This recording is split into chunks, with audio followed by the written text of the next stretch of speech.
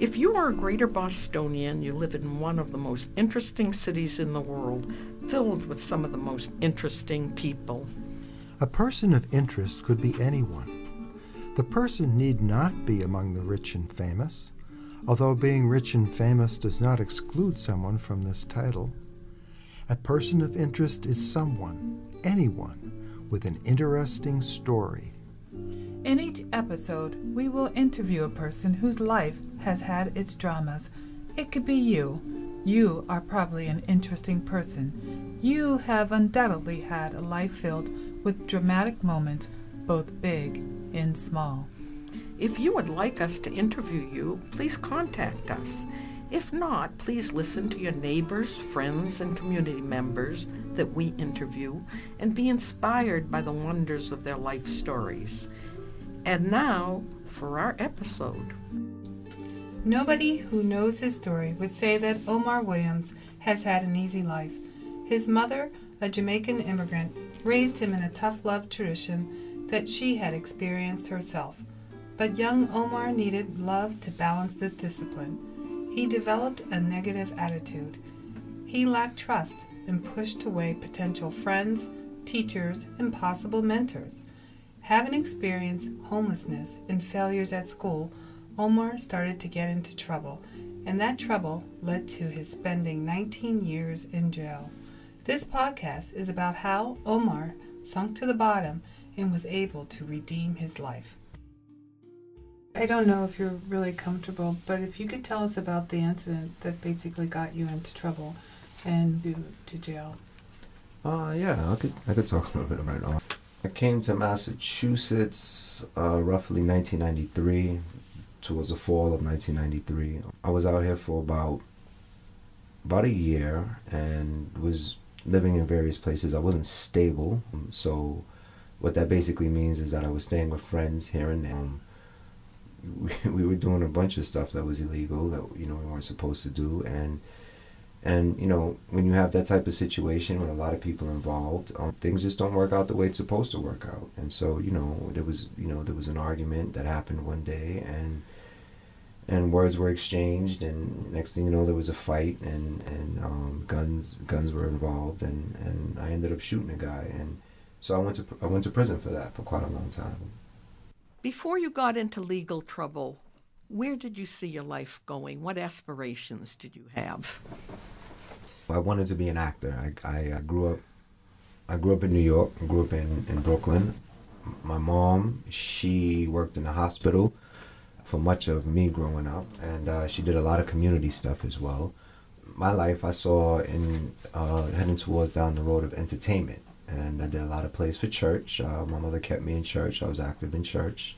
A lot of youth groups in church, and one of the youth groups in church was an acting guild, and so we did a lot of plays there, and so that's kind of where I thought I was going to end up. Can you tell us what brought you or what led you to Massachusetts? In 1992, I went to Job Corps. I was sent there by the courts to go to Job Corps. I'd signed up. I had dropped out of high school and was just doing whatever I wanted, and my mother was like, well, sign up for Job Corps, which I did. And I found myself in trouble, and the judge decided to give me a chance. He sent me to Job Corps. Under the guys that I go to Job Corps, do 7 months there, successfully get my record sealed as a juvenile. And that was what was supposed to happen. That did not happen. A lot of it had to do with my resentment to authority. I didn't last long in Job Corps. I lasted about the 7-month mark, and came home in 93, and 93 is when I came to Massachusetts. A buddy of mine was out here that he and I, we grew up together. He came out here first while I was in Job Corps. He came out here to stay with his brother and his brother's baby mom at the time. And when I came home from Job Corps, he was telling me how nice it was in Massachusetts and I should try it out. So instead of being out here and going to school, you came out here hanging out with your friends, and what were you and your friends doing?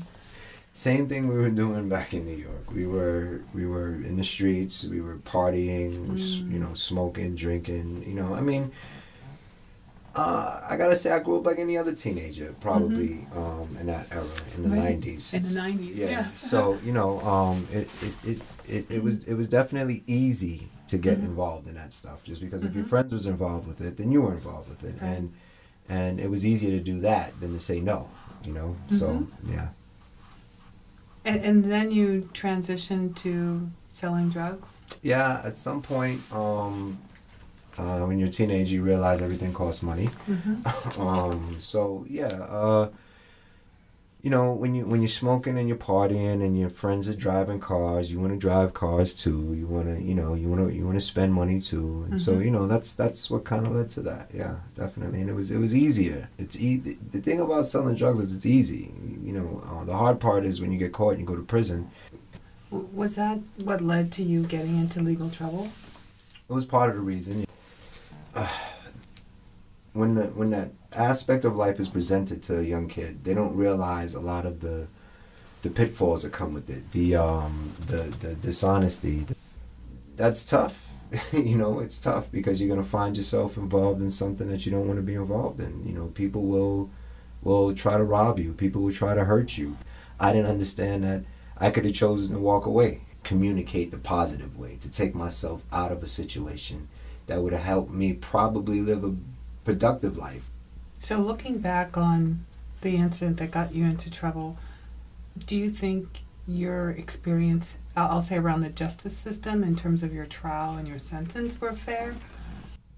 So I didn't walk into a guy's home. It was a shared apartment his name happened to be on the lease. We were all selling drugs out of that apartment, and it just so happened that his name was on the lease, and so the Commonwealth was able to charge me with armed home invasion. Got it. So had I had probably shot him in the parking lot, then they would have probably only been able to charge me with assault and battery with a dangerous weapon or attempted murder. Is our justice system fair? That's a double-edged sword. It can be and it can't be. I wanted to cop out to, a 10 to 12, which would have got me out at 30, and I would have still had some good years ahead of me to make something, of my life and get a career and move forward. It didn't happen like that. I listened to my lawyer at the time, and I got found guilty because he led me to believe that I could plead self-defense. That's something a armed home invader cannot do. That's not within the realm of a defense. So, is our justice system fair? It can be. Not all the time. It can be, but not all the time. It seems like your lawyer didn't know the law. I think while I was sitting in prison, I kind of came to that conclusion. He definitely is a professional, but I think when it came to this particular charge, it was his first time actually defending a charge like this. And when I read some of the things that he was asking for, it was for a lesser included offense. So how I have to ask is, how young were you when this happened? So I was 21 when I got sentenced. I was on the run for a year. There was a lot of hiding around, and that got old really quick. So it was like, at some point I was like, it's time to just turn myself in and let's get this over with.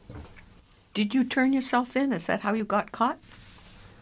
Subconsciously, I probably turned myself in. I got caught on another charge, and I was going to court under the alias, and the police officers was like, no, that's not you. This is you. So What happened to the person that you shot? He survived. So I was sentenced to 20 to 21 years was the original sentence. It took me about 18 years to work it down to 19 after good time and stuff. But first 10 years while in prison was not the best. I wasn't, I was, like I said, very resentful of authority, very resentful of being where I was at. And I was showing out. But I think after I hit 30, 31, about there, it got old. And I needed to make some life-altering decisions. So where did you serve your time, and what were the conditions that you encountered when you first got there? Prison is every horrible thing that you can think of. Prison is it degrades you, it takes away your identity, it takes away who you are as a person. It brings you down to the lowest point of your life, and how you deal with that and how you come out of that is important. So, my first stop was Concord. And let me just tell you, if you're not accustomed to conditions of like living with someone else and going to the bathroom with someone else watching you, then, it's tough. Or being told when you can go eat and how long you have to eat and when you have to be back in the unit. These are the things that prison is designed to do. I mean, should there be rehabilitation and reform? Yes. And should there be some form of punishment? Yes. But the way it's designed is designed to break down the character of an individual, as opposed to programs that actually focus on what you can do to help yourself, out of situations you're in, to, positively come out of certain, situations, to use your coping skills, to use your communication skills in certain situations, because every situation in life is going to be stressful. Every situation, every person you come into contact with, every communication you have, it's going to be stressful. Prison doesn't teach you to deal with that. Prison teaches you to be confrontational. At some point, it does, because you have the correctional officers that's confrontational because it's their law or it's nothing. You feel you have your basic rights as an inmate, and so you try to stand up for that. But they take away from that because they feel that you no longer have the right to stand up for yourself. That's taken away from you. You've lost that ability. So it doesn't teach the appropriate coping skills that a man needs when he walks out of prison. You have to find that yourself. You have to find that, make those connections in prison with people that are actually on that same road, and you have to find that yourself, and embrace that and say, this is what I want, not this. So that's what I did. For the first 10 years, I was against the CO and against the institution. But then I think, like I said, after I turned 31. After 10, 11 years in prison, and I realized I had 10 more years to go, I was like, you know what? I need to find a means to, an end and learn how to communicate, and learn how to find the right way to use my words and help myself. So, yeah, that's but. So once you made that transition, sort of, how do you feel that changed the way that you served, I'll say, the rest of your sentence? The first thing I did was I started holding myself accountable for when I was wrong. That's the biggest step. When you're wrong about something, the biggest thing that someone can do is be like, I was wrong. That was one of the biggest things, because another thing that you learn to do in prison is deflect. And if you didn't did that, then I wouldn't have done this. So you start deflecting, and you start coming up with reasons as to why certain things happen a certain way. So prison taught me how to own what my wrong is, accepted, and what I could do differently to make it better, and how I could make a situation better the next time, and not find myself in that situation the next time. Being familiar with, empathy of a person, pay attention to what they're saying, as opposed to jumping to a conclusion as to what they mean, which is easy to do. It's very easy to do, and I still do it. Once it becomes habit forming, it's so easy to fall back into it that it takes you a moment to be, wait a minute, what was actually happening here? Understanding that responsibility is key. If I have a responsibility for something, then I have to do that. And if it doesn't get done, then I'm the person that's held accountable.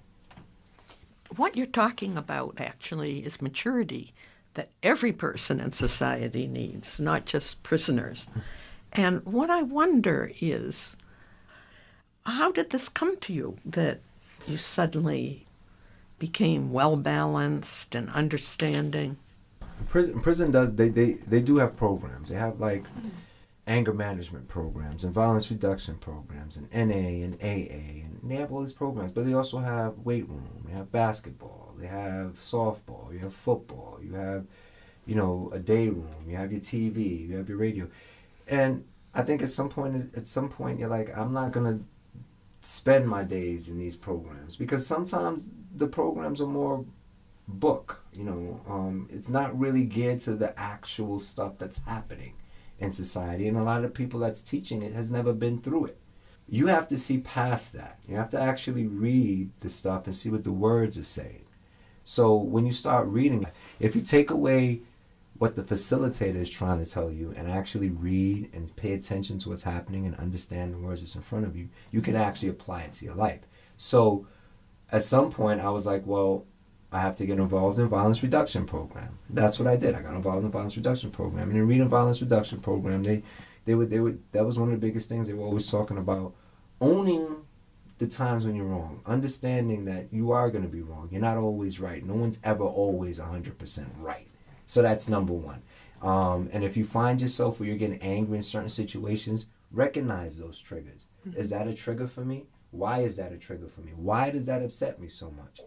Getting down to the basic rule of it, the grassroots of it. Because if you're paying attention to communication and you know someone is saying something that's going to upset you, you have to be ready to be to combat that in a positive way. Okay, I don't agree with that. I don't agree with what was being said or the format in which it was said, but I also have to be respectful of that person's views or whatever it is. So, I mean, also taking yourself out of situations that will have you involved in those situations where you're using violence and you're using negativity. Like, and one of the things they tell you is, if you know that you're going to do violent things when you're hanging out in the street, stop hanging out on the street corner.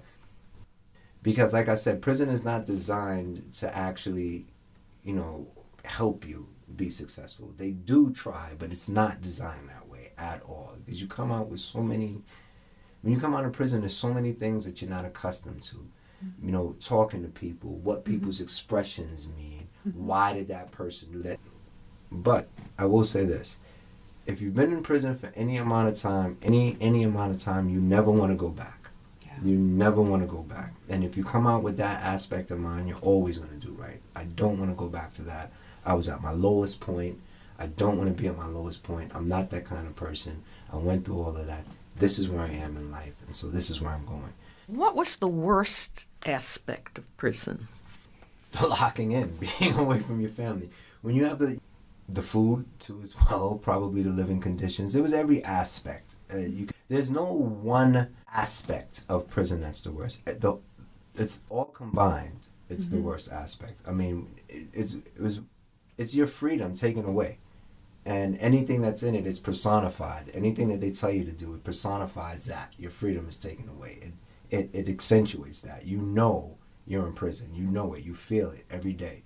So there isn't one aspect that would be considered the worst. When I had to go back to my cell, I had a cellmate. I didn't want a cellmate, but I had a cellmate. I had to go in and lock in with this guy for 8 hours. I don't want to do that. This guy is not who I want to, he's not, because, in some institutions they have, same race, and in other institutions it's not the same race. It's just, age group or whatever. And sometimes if it is same race, you get into a cell with someone who's just ignorant, or don't take showers, or don't clean, or, and then you have a toilet in the cell, and that's always messy. And then, every aspect of prison is designed to allow you to know that you are no longer in society, you are no longer free, you are in jail. Every aspect of it. So it's a combination of things that I can say is worse. Like this comes out as being a worse aspect. Every combination of everything that you could think of is, from the food to the shower conditions to the living conditions to who you interact with. Every aspect is just bad. Did you find a good aspect, any good aspects of being in prison? I got involved in the dog program. That was a good aspect. And from that, I work in the dog field now. I think when they brought that program in, the needs program, that was a good program. I put myself into that, and it took me out of what was going on inside the institution. And it was also a way of me saying, okay, you weren't just training dogs, you were training assistant dogs. They were supposed to help veterans, people that are sick, people that needed them. And that meant you were giving back. That meant you was doing something that meant something. Because they have these jobs, they have these odd jobs in prison. The cleaning job, the detail jobs, the culinary jobs, the haircut job. Those are all fine. You can give back to the community when you get out. The dog program, you was giving back to the community while you were still in. So that was giving back while I was still incarcerated, and that helped me a lot. So what is the dog training program? I'm a dog program that trains assistant dogs to help people that needs assistance with dogs, help walking, seeing eye dogs, hearing dogs, veterans who comes back with no limbs. So they give you a dog at 8 weeks old, and you train the dog. It's all cues that it needs to help people, and you're responsible for that dog. You're responsible for taking care of that dog, making sure it's fed, making sure it gets mental exercise, physical exercise, as well as keeping up the cues that it needs to go to the person that it's going to be helping. So how long did you participate in the needs program? I was in that program for roughly a year and some change, and then I left that program and I ended up going to the minimum, and they had a dog program there for rescue dogs. Because these dogs, they came to the prison with issues. They had people issues, or they had dog aggression issues. So they would have gotten put down if we didn't have this program in the prison as well. So those were my last couple of years in prison and just doing that. And that, I got to say, that was probably the most positive aspect. Was probably the last few years of being in prison. How many hours a day did you do this? And did they take the dogs away at night? The dogs were with us. The dogs were there all the time. In the needs program, the dogs went away with a weekend person. But for the most part, they were with us all day, every day. We were responsible for that dog, brushing the dog's teeth, clipping its nails, bathing it, walking it, training it, exercising it, feeding it. That's what we had to do. So he started making me realize that when you have responsibilities, you kind of have to see to it, because it was a time when I would go do my detail and then be like, I'm going to the yard to go play ball, or I'm going to the weight gym, or I'm just going to sleep. That's a big portion of prison life too. Like, you wake up in the morning, you go do your job, and you come back and you just go to sleep for like 4 hours. And then you wake up and they count you, and then you go eat, and you go to the yard for another couple hours. And you come. So being in the dog program, you didn't have that luxury anymore. It was go do your detail, take care of your dog, walk your dog, make sure your dog's okay. That program, I gotta say, helps a lot of guys that get involved in it. It does, because you're responsible for another living thing. And you have to make sure that living thing is going to be okay. And it really does reconnect you back to the human side of yourself. So did the dogs sleep in the cells at night too? Yeah, they slept in the cells. We had crates in the cells, and some dogs, they say the dogs weren't supposed to sleep in the beds with us. Some guys just disregarded that. I do have friends that's in the joint. When I first went into the joint, it was like, oh, did you hear what happened to so-and-so in the yard? And you're like, oh, and you find yourself just enthralled in all of that prison talk, and that's when, you find out, like, who's doing what, what the COs are doing, what unit they're watching. But when you're in the dog program, you don't even hear that, and you're like, oh, wait, what happened? I didn't even, because you're too involved in what you're doing, because that's your responsibility, and that's what you have to do. Get back in touch with that human side of themselves. So one of the things you talked about earlier was how your work in the prison transition to what you do now. You want to talk a little bit about that? Yeah, so right now I work in the pet care industry. I work at a dog daycare, Dogwood Cottage. Working in the pet care industry, I was able to say, okay, this is different than just training a dog. This is actually helping dogs feel comfortable inside of a situation that they don't know why they're there. This is what I need. Did you take all those dog courses in jail, or did you take them after jail? Or how many did they offer when you were in jail? So in jail, they have a trainer that comes in, and the trainer comes in and they give you whatever coursework that they have to give you. A lot of reading, and just a lot of trial and error. When I say trial and error, I mean just like, okay, that didn't work.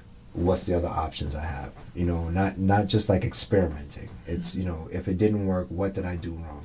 And so the other courses I took was when I got out. Online courses, a lot of mentors, training mentors that knew that I probably would do well in this field of work. They also stood behind me and helped me do other courses and guide me in the direction that I needed to go into to be successful in just dealing with dogs in an everyday aspect of life. You had a job. You actually had a job before you got out of jail, right? Yeah, so you were working in the job and then going back to jail in the evening. Yeah. So the Boston pre-release. So the way prison is supposed to work, you go into prison, depending on your numbers. If you have double digits like I did, you'll go behind the wall, medium or maximum security, and then you work your way down. So working your way down is going from maximum to medium to minimum to pre-release. And that's what I ended up doing with the last 10 years is I went to a medium to a minimum. Then I went to pre-release. And in the pre-release, you have to find your own job. That means calling people and talking to them on the phone, using a phone book. It's not, when I went to prison, the cell phones were Motorola's, and you had to charge your battery, and you had like 5 bars, and those things went. You weren't texting. They had pagers that people could send you messages on, but you would have to call them back on a landline. You weren't calling, or if you had the Motorola cell phone, right? So the technology came so far, and so when I went to the pre-release, I was like, whoa. I had to learn how to use a computer. I had to, understand what a cell phone was. I had to understand PDFs and everything that comes with technology. I had to learn, and I'm still learning. But at the pre-release, you got yourself a phone book and you went through the company. And a lot of guys that go to pre-release, they get jobs in restaurants. Mm-hmm. I wanted to work in the dog field, so I started looking in dog boarding, dog grooming, and I kept going. I was at the pre-release from August of 2013 all the way to December of 2013 before I actually got the job that I had before I got out. So I was resilient. I was not taking a restaurant job. I was not going to work in Kentucky Fried Chicken or McDonald's. I knew what I wanted, and I stayed to my guns. Bad choice of words, but I stuck to what it was that I knew I wanted to do. And so I ended up getting a job, and it was a good job, a very good job. So, and I'm glad that I did find that job. So, yeah. So how are you doing today? Today, every day is a struggle. You struggle with every day. You struggle up just getting up, knowing that you have to get up and go to work, because if you don't go to work, you can't get bills paid. And if you can't get bills paid, then you're just living off of something. I don't know what. But today, nowadays, I still struggle. I still have my own personal issues that I deal with. When I'm alone in my apartment, I try to deal with those, and I try not to bring them out, to other people. I'm not, I'm not like suicidal or anything, but I have my own things that I deal with. I think that interactions in which I deal with people on an everyday basis is not always to its best. But, I try to figure out how I could make it better. And if I can't make it better, if I'm still doing something wrong, I try to figure out what am I doing wrong. I believe, you're not going to get along with everybody, but you have to coexist with some people. And even if that's just a hey and bye relationship, I get it. There was a point in time where I was like, I got to get along with everyone. I gotta see what I did wrong to that person. What happened? What I do? Nowadays, I'm just like, no, it's not worth that energy. But I do have to be positive. How am I doing today? I'm still learning. Every day is something new. I'm still learning, and I still mess up, and I still make flubs, and I own those. My fault. If I'm wrong, my fault. I was wrong. So where do you find your support now? That's a good. I have a lot of friends. I just recently started talking to my mom again. Me and my mom hadn't spoke for about a year, so we just recently started talking. So your mother is still alive, and she's still alive. She lives in New York. She lives in Brooklyn, New York. So that's been a sense of support to you. It's been a sense. My mom is still strict, even at my age of 43. She still feels like I think. She's something like 14 or 10. Because I am still very resentful of authority. And it's not because I hate authority, it's just because of what it means to me. It's something that it still makes me like I'll clench my teeth if I feel like I'm forced to do something that I don't want to do, or if someone's making it so that it has to happen, or if it just feels too much like authority for me. I'm just like, I don't know how I feel about that. It's only been 5 years since I've been out. Okay. So people could say, you've been out 5 years, you should be able to adjust. It's when you've been dealing with something for 19 years, you just don't adjust in 5 years. No. That's not how easy it comes. So I still find myself adjusting to that. I still get nervous when I see police officers, and I have no reason to be nervous. But I still see police riding by, and I'm like, hey, you have a reason. Any black male in America has a reason. I still find myself. Obama has been messed up, or driving or something. Yeah. And so don't think that you're alone. I think this has been a terrific interview, and I want to thank you so much for participating in it and for being so honest with us. And I thank you very much. I appreciate you guys. Thank you. Yes. Thank you, Omar. It's been a pleasure and I guess an honor speaking with you and learning more about you. No, thank you. I appreciate you guys giving me the time to talk about it. You have been listening to Serendipity's Person of Interest, produced and directed by Tonette Terhar and Barbara John. If you have an interesting story and would like to participate in this podcast or have any helpful suggestion, email us at barbaraj.massed@gmail.com. BARBARAJ.MASSED@gmail.com.